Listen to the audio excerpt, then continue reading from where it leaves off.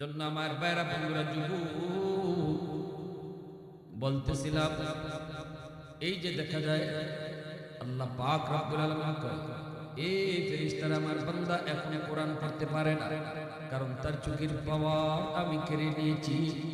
আগের মতোই তার চোখের পাওয়ার যদি থাকতো আজও কোরআন তেলাওয়াত করত।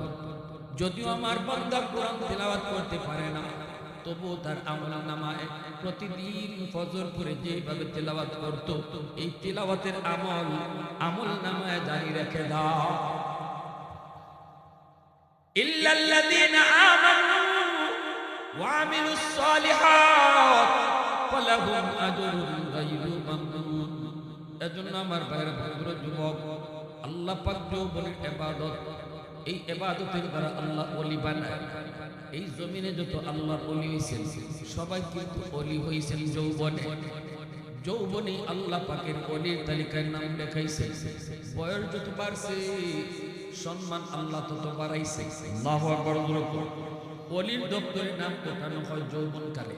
যেই যুবক যৌবনে মসজিদে যায়, যেই যুবক যৌবনে মাথায় টুপি রাখে, যেই যুবক যৌবনে মুখে দাঁড়িয়ে রাখে, যেই যুবক যৌবনে রমজানের রোজা রাখে, যেই যুবক যৌবনে অন্ধকারে গোড়া করে না, দরজা বন্ধ করে গুনাহ করে না, আল্লাহর ভয়ে, যেই যুবক যৌবনে বাপ মার সেবা করে, মুরব্বীদের সম্মান করে, উলামায়ে কেরামকে তাজিম করে, আল্লাহ পাক বলে লাউলা মাশাইখুর রাক্কা ওয়াশ-শাবাবু হুশা ওয়াল আতফালু রুদ্দা ওয়াল আনআমু রুদ্দা লাজআলতুস সামাআ হাদিদা ওয়াল আরদা সাফসাফা ওয়াত তুরাবা রামাদা ওয়ামা আনজালতু মিনাস সামাই কাতরা ওয়ামা আনবাতু মিনাল আরদি নাবাতা বাল আনজালতু আলাইকুমুল আযাবা সাফা।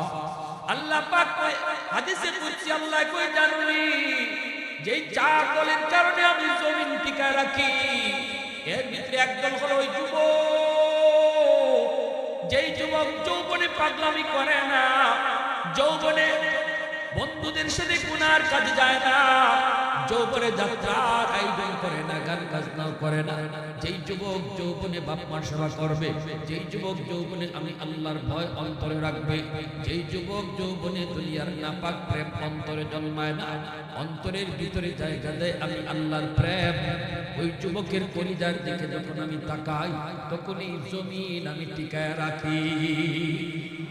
আসমান আসমানের জায়গায়, জমিন জমিনের জায়গায় তখন দাঁড় করে রাখি।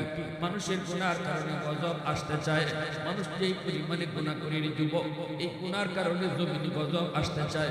গুনাহ কিন্তু গজব প্রাণে, গজব প্রাণে। কিন্তু আল্লাহ পাক কয়, যখন আমি দেখি জমিনের ভিতরে কিছু যুবক, এই যে আল আদানি ইসলামী যুব সংঘ, এই যুবকরা পার্ক চাইলে এখানে গানের আয়োজন করতে পারতো, ঠিক কিনা জোরা চাইলে তারা এখানে তাল আনতে পারতো, গান গাওয়াইতে পারতো, আরো লক্ষ লক্ষ মানুষের সমাগম ঘটাইতে পারতো। কিন্তু না না, যেই যুবকগুলি কলিজার ভিতরে আল্লাহর ভয় অন্তরে রাখে, যৌবনটারে হেফাজত করে, যৌবনটারে নিয়ন্ত্রণে রাখে, যৌবনটারে সংরক্ষণ করে রাখে, এত বড় দামি সময়টারে সে অনেক মূল্য দিয়ে রাখে, সংরক্ষিত করে রাখে। আল্লাহ পাক কয়, ওই যুবকের দিকে যখন আমি তাকাই তখন গজব আসতে চাইলো আমার রহমতরে আমি আগে ছাইরা দেই। ইন্না রাহমাতি সাবাকাত আলা গযবি, আমার রহমত তখন গজবের আগে চলে যায়, রহমত তখন গজবের আগে চলে যায়। আল্লাহ পাক রব্বুল আলামিন কয়, একমাত্র এই যুবকগুলি দুনিয়াতে আছে। এরপরে আল্লাহ পাক রব্বুল আলামিন কয়, আরেক দল হলো বৃদ্ধ মানুষ, যে বৃদ্ধ মানুষগুলা তার চুলদারি সাদা হয়ে গেছে, কোমরে তার ব্যথা, হাঁটুতে তার ব্যথা, এরপরেও আমি আল্লাহর কদমে সিজদা দেয়, কষ্ট হয়, কষ্ট হয়, এরপরও আমাকে রুকু করে সিজদা দেয়।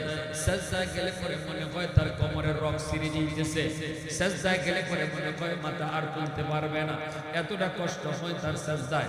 এরপরও আমার ওই বৃদ্ধ বান্দা বান্দিগুলা যখন কষ্ট করে আমার রুকু দেয়, সিজদা দেয়, এই সিজদার দিকে তাকাইলো এই জমিনের প্রতি আমার মায়া লেগে যায়।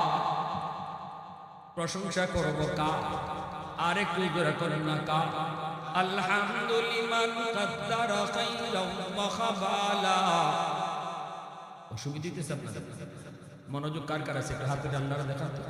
দুইটা হাত তুলে আল্লাহ কবুল করো সবাই কোনা হবে আরো জোরে কোনা হবে আলহামদুলিল্লাহ কাদ্দারা খাইরাও ওয়া খাবালা والشكر لمن سمر حسنا وجمالا فرد صمد عن صفة الخلق بريء رب أزلي خلق الخلق كمالا لا ضد ولا ند ولا حد لمولى الآن كما كان ولم يلق زوالا الآن كما كان ولم يلق زوالا محبتের সাথে বলি আল্লাহু আকবার আরো জোরে আল্লাহু আকবার আমার ভাইরা বোনেরা তাহলে যৌবনের দাম আছে নি হাসরের মাঠে আল্লাহ গোটা জিন্দেগীর হিসাব তো নিবই যৌবনকালে হিসাবটা আলাদা নিব আনুমরিহি ফিমা আফনাহু জীবন কোন পথে কাটাইছো হিসাব দাও জীবনের ভিতরে যৌবন ছিল ঠিক না কিন্তু এরপরে আল্লাহ আবার বলতেছেন মান শাবাবি ফিমা আফনাহু বিশেষ করে যৌবন কালটা কোন পথে ব্যয় করছো আমি আল্লাহর হিসাব এই হিসাব না দিয়া কেউ একটা কদম সামনে বাড়াইতে পারে না রাসূল বলেছেন কদম বাড়ানো যাবে না যুবক একটু আল্লাহরে ডরাও একটু ডরাও তোমার মতো যুবকের সেজদার কারণে আল্লাহ জমিন টিকে রাখছে তোমার মতো সেজদার কারণে আল্লাহ তোমার মতো যুবকের খোদা ভীতির কারণে আল্লাহ জমিন টিকে রাখছে তোমার মতো যুবক বাপ মার সেবা করার কারণে আল্লাহ জমিন টিকে রাখছে তোমার মতো যুবক উলামায়ে কেরামের প্রতি তাজিম আর মুরব্বিদেরকে সম্মান হারাম থেকে বাঁচা থাকার কারণে আল্লাহ জমিন টিকে রাখছে সুবহানাল্লাহ আওয়াজ দিয়ে আজকে আমরা নিজের দাম নিজে জানি না যুবকরা নিজের দাম নিজে জানে নিজের দাম নিজে জানে দুই নাম্বার হইল গরিব মানুষ তাদের জন্য আল্লাহ ওলি হওয়া সহজ এই বিষয়টা অল্প এসে একটু মনোযোগ গরিব আর ধনী সমাজে দুইটা শ্রেণী আছে ঠিক না ধনীর চেয়ে গরিব খুব দ্রুত আল্লাহ ওলি হয়ে যায় অথচ দুইজন সমান ক্যাটাগরির নামাজ দুইজন একজন গরিব আর একজন ধনী দুইজন সমান ক্যাটাগরির নামাজি দিনদার আল্লাহওয়ালা ধনী যেমন গরিব যেমন আল্লাহরে ডরায় নামাজ পড়ে ওই ধনী মানুষটা আল্লাহরে ডরায় নামাজ পড়তেছে গরিব যেমন আল্লাহরে ডরাইয়া হারাম থেকে বাঁচতেছে ধনী মানুষটাও আল্লাহরে ডরায় হারাম থেকে বাঁচতেছে হালাল পথে সম্পদ কামাইতেছে হালাল পথে সম্পদ ব্যয় করতেছে ধনী মানুষটাই গরিব একটু সম্পদ নাই ওই কামাইবো কি আর ব্যয় করবো কি দুইজন সমান ক্যাটাগরির মুমিন কেউ কারো থেকে উফরে না এরপর আল্লাহ রাসূল বলে জান্নাতে যাওয়ার সময় আল্লাহ গরিব রে ধনীর 500 বছর আগে যাবে ইন্নামাল ফুকারা ইয়াদখুলুনাল জান্নাতা ক্বাবলাল আগনিয়া বি500 সানা 500 বছর আগে জান্নাত দিব এজন্যই তো নবীজি দোয়া করেছেন আল্লাহুম্মা আহমিনি মিসকিনা ওয়া আমিতনি মিসকিনা ওয়াহশুরনি ফি যুমরাতিল মাসাকিন আল্লাহ তুমি আমারে গরিবী হালতে দুনিয়াতে রাখো নবীজি দোয়া করেন মালিক আমারে তুমি গরিবী হালতে মরণ দিও কিয়ামতের ময়দানে গরিবদের সাথে আমারে উঠাইও আল্লাহু আকবার জোরে বলো দ্বীনের নবী মায়ার নবী রহমতের নবী বলেন উম্মতের দল জানুনি এই গরিব আল্লাহ দুনিয়াতে কত মায়া করছে দুনিয়াতে তারে কষ্ট দিয়েছে কিন্তু আল্লাহ পাক রব্বুল আলামিন তারে আরেকদিকে আগুয়ে দিয়েছে কই ধনী হাত উঠাইছে গরিব হাত উঠাইছে দুইজনে সমানভাবে হাত উঠাইছে আল্লাহর কাছে এবার নবীজি কয় কার তো আগে কবুল হইব রাসূল কয় ধনী তার হাতের সাথে যদি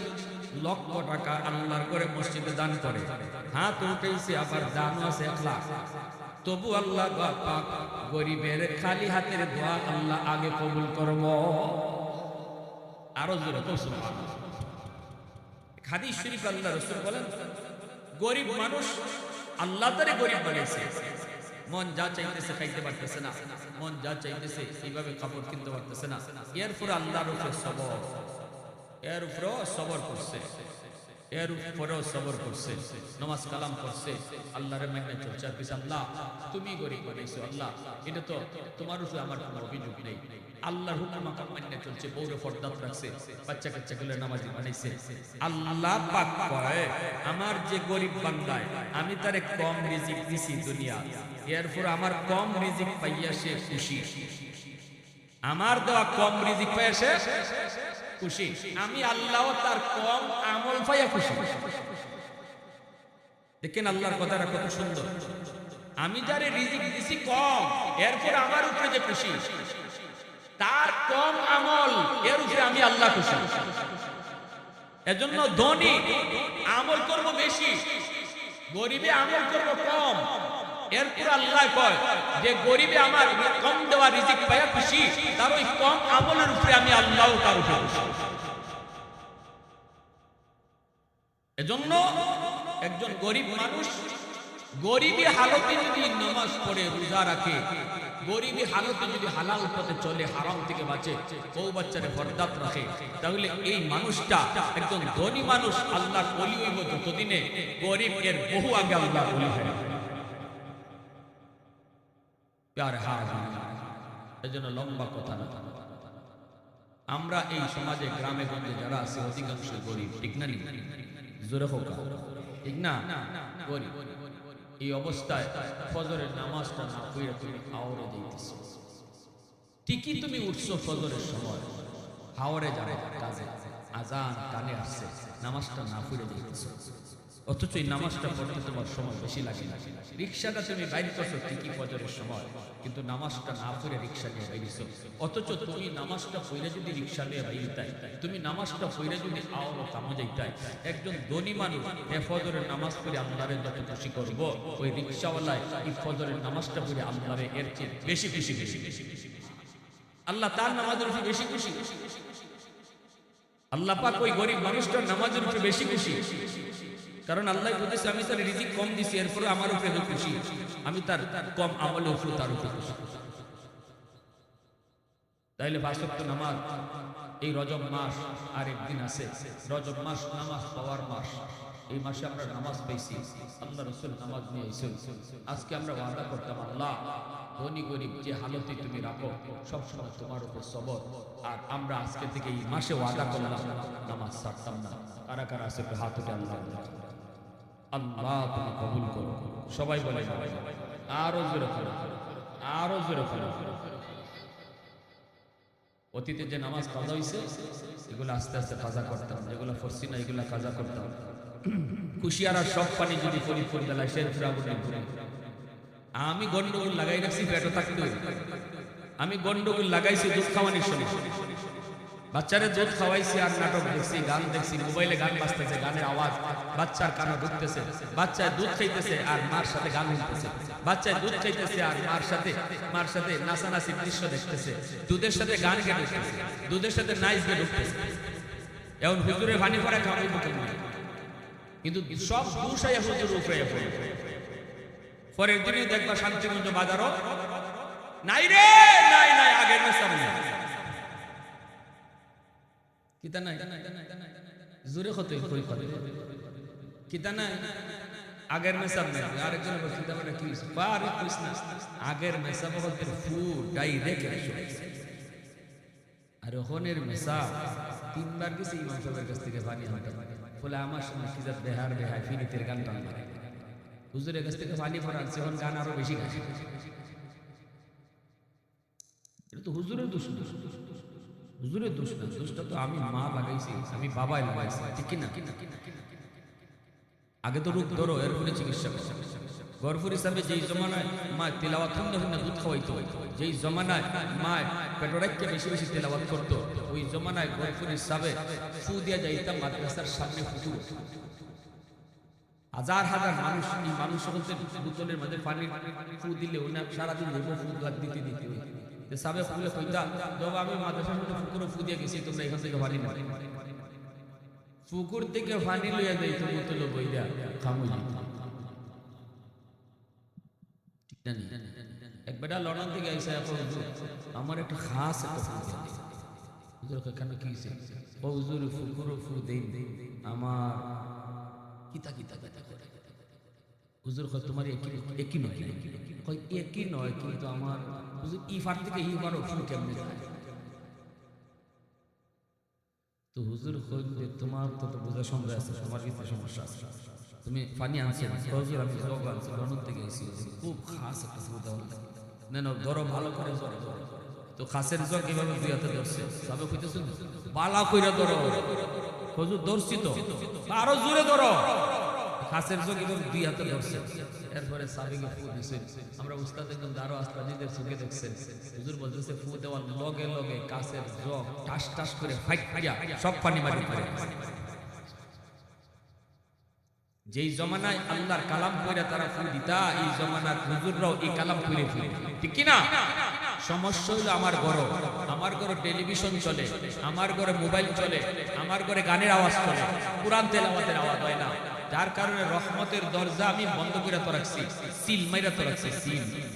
আর গানের আওয়াজ হয়, এজন্য গজবের দরজা খোলা, ঠিক না নি? আমার ঘরে সুদের টাকা ঢুকে, ঘুষের টাকা ঢুকে, গজবের দরজা খোলা, তিলাওয়াত হয় না, রহমতের দরজা বন্ধ। হুজুর যে ফানি পড়া দিছে, এই ফানি পড়া আমার ঘরে ঢুকতো যায়, গিয়া দেশে আমার দল লাগাই। কারণ কোরআন গজবের দরজা দিয়ে ঢুকে না, তাবিজ গজবের দরজা দিয়ে ঢুকবে না। তাবিজ তো তাবিজ না, তাবিজ আল্লাহর কালাম। আল্লাহর কালাম আমার ঘরের গজবের দরজা দিয়ে ঢুকবে না, রহমতের দরজা খুলবে। যাইয়া যখন দেখি আমার ঘরে রহমতের দরজা লাগানো, তখন আর এই ফুয়ার তাবিজ করা ঘরে ঢুকতে পারে। এজন্য বলি ঘরে তিলাওয়াতের আমল চালু করা। ফ্যামিলি যারা আছে নিয়ে বসেন, বৈশা বলেন বাবা সপ্তাহে 7 দিন, একদিন আমি তেলাওয়াত করবো, আরেকদিন তোমার মা, আরেকদিন তুমি, আরেকদিন তোমার বইনে। এইভাবে আধা ঘন্টা হোক আমার ঘরে কোনদিন যেন আল্লাহর কোরআন তেলাওয়াতের আমল বন্ধ না থাকে। তিলাওয়াতের আমলটা আমার ঘরে আধা ঘন্টা হোক, 15 মিনিট হোক, 20 মিনিটই হোক, আমার ঘরে যদি তিলাওয়াতের প্রতিদিন আমল হয়, কবিরাজের কাছে দৌড়তে হবে না। লাখ লাখ টাকা ব্যয় করছেন কবিরাজের কাছে গিয়া, লাভ হয় না, জিন আর হরে না, ভূত আর ঘর থেকে যায় না। অটো আল্লাহর পক্ষ থেকে রহমত আল্লাহ ঘরে নাজিল করবে, জিন ভূত কুন্তা থাকবে। কি সে কথাটা বিশ্বাস করেন না? বিশ্বাস হয়নি না হয় না? হ্যাঁ